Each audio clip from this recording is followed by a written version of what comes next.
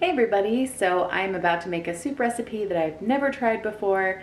I watched a YouTube video that featured it, and so I'm going to link that below, and I thought I would give it a try. Yesterday I was at the grocery store, and so I bought all the ingredients that I need. She also in the video has a salad that features fall fruits, so I have the stuff to make that as well. So I'm not sure when I'll make that, but this soup, it takes about an hour to cook, so my plan is to have it for lunch. Still pretty early this morning, but maybe I'll make the salad now since I haven't really had breakfast, and I've got sweet potatoes in the oven also. So here we go. Okay, so in this recipe, basically you just put everything in the pot, and then enlarge soup pot, combine all ingredients, bring to a boil over medium heat, and simmer for 1 hour. She also has a note on the recipe if you're using a pressure cooker. And then she serves it over cauliflower rice. So she said either raw or gently cooked. So I'll probably cook that a bit. And yeah, let's get chopping. So we've got some celery. I'm not going to put the exact measurements here because again, it's not my recipe. But when you go to her page and watch her video, she has a link to her website where she has what she calls a checklist, and basically every video she does, she has a checklist with the recipe. You have to sign up for her email list, but you don't have to pay or anything like that. Okay, so we're just gonna chop some celery. I love that sound of chopping celery.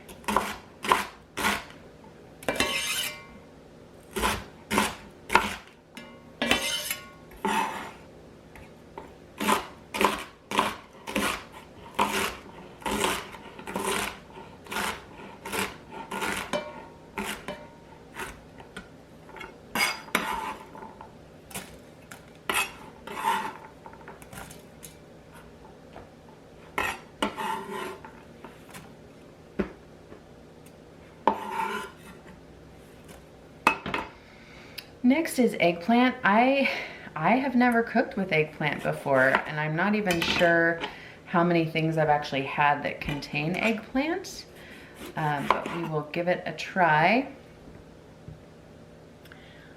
I don't think you peel it. She said to cut it into small cubes, and this called for a medium eggplant.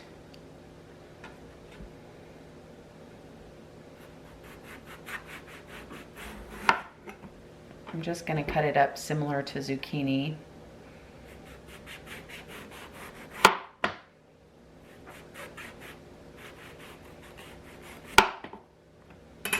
Okay, so I rewatched the video and she did peel it. So, but I Googled it and it said you can eat the seeds.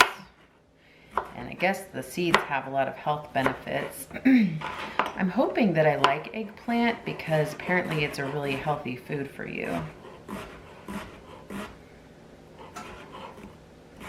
I'm gonna cut it small though, because if I don't like it, I don't know.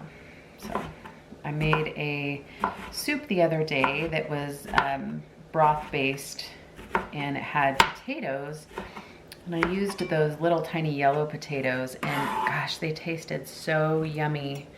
Just like creamy in the warm broth.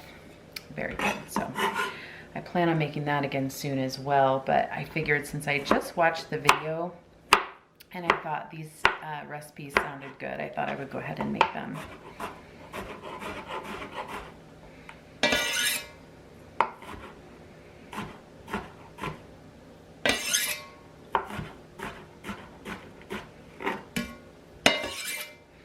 Sorry, I hope that sound is not too weird.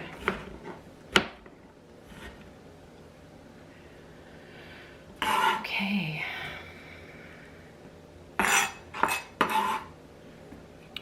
Hope everybody is doing good. I had kind of a stressful morning. Dana is tall, and we have those child safety locks on our doorknobs, and she has figured out how to master them and get through them. So we've added a different type of lock in the other doors.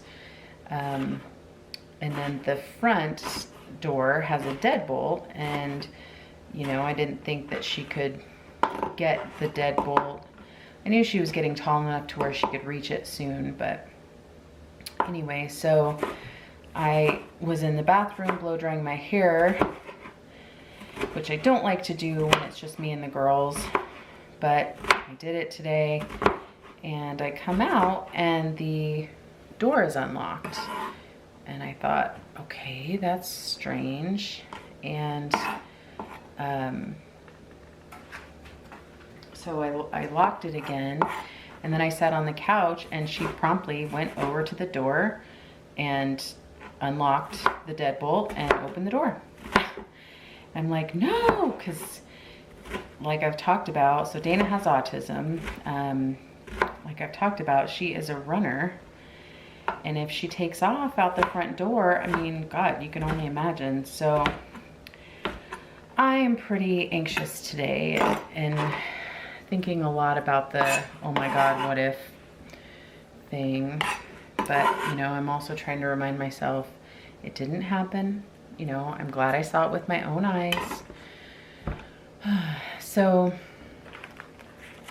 yeah, it'll be okay. We're gonna add a different lock or another lock, and you know, just go from there. This is life, you know. And I know kids even that don't have autism that try and go out the door. So I was talking to a couple of my good friends, and you know, they were showing me what locks they have on their doors, and you know, this is just part of life, I guess. Okay, I'm back. So for the mushrooms, it says 5 ounces. There's 8 ounces in a cup, so I'm gonna chop that amount. I'm gonna chop another round here and then call it on the mushrooms.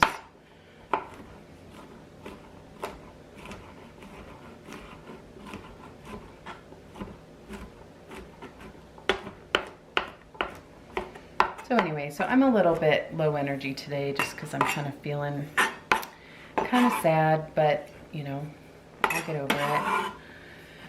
Tomorrow I have to go to Eugene for work.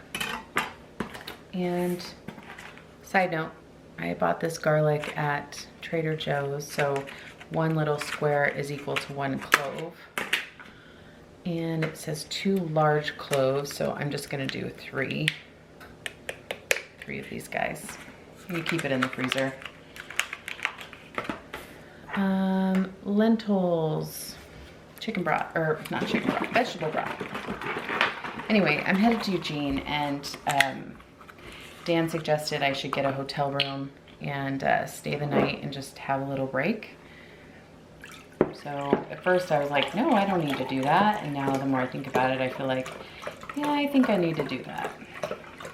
So that'll be nice for him to get to spend some good time with the girls, and for me to just spend some time alone and chilling out a bit. So it does say this is a stew and not a soup. So I don't think I add any additional water.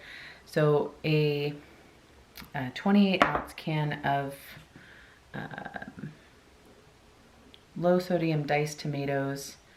These are peeled whole tomatoes, so I will probably chop them up a little bit. I just kind of grabbed the can quickly yesterday. While I'm at it, it also calls for a small can of tomato paste. I have this really great half spatula, and it's just awesome for stuff like this. Peanut butter, mayonnaise, whatever. I'm not really eating those things right now, but my family still is. Okay, so I am going to just kind of take these out and rough chop them.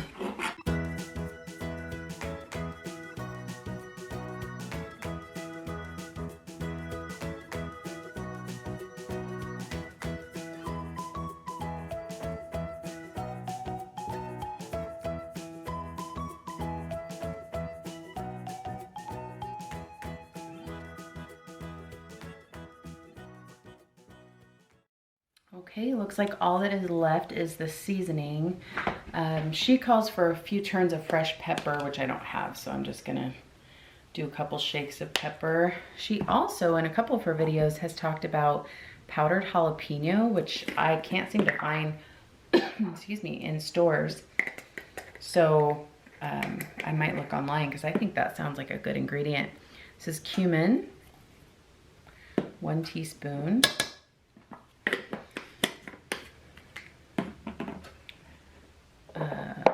Dried oregano. Now she wants it rubbed between hands, which I understand, so kind of freshens the flavor a bit. So here we go. Helps when I don't miss the bowl.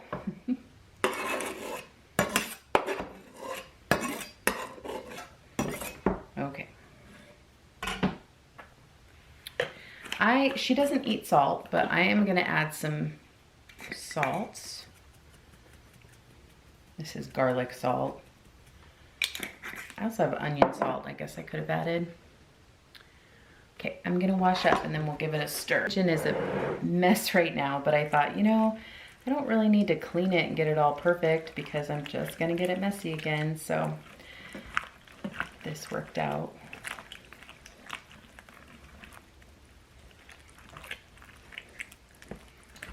I just want to make sure all that tomato paste gets incorporated here.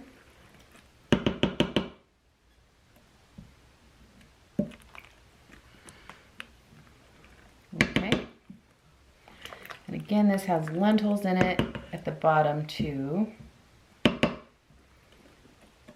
Okay, so I'm going to put this on the stove and bring it up to a boil and simmer for 1 hour, and I'll show you how it looks when it's done.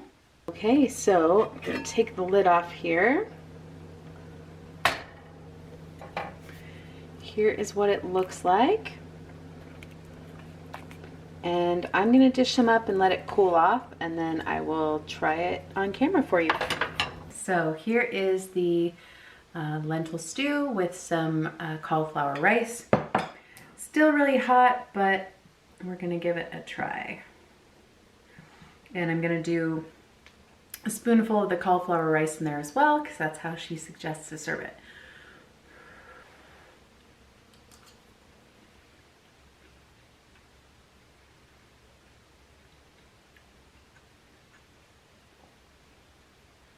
Okay, I'm wishing I had some salt.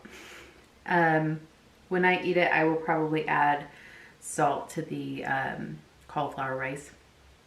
But I think it tastes pretty good. It tastes tomatoey, and I don't really notice the eggplant. So yeah, I feel like this could be a great base to all different types of stews. Yeah, I think it's pretty good. So again, I rarely make recipes exactly the same each time. So next time I make it, I might do some little tweaks, but overall, I think this is a great one to try. So if you are going to try it, please let me know. Again, I'm going to put the link to her video below, and then on her video, there's a link that takes you to her website that has the recipes.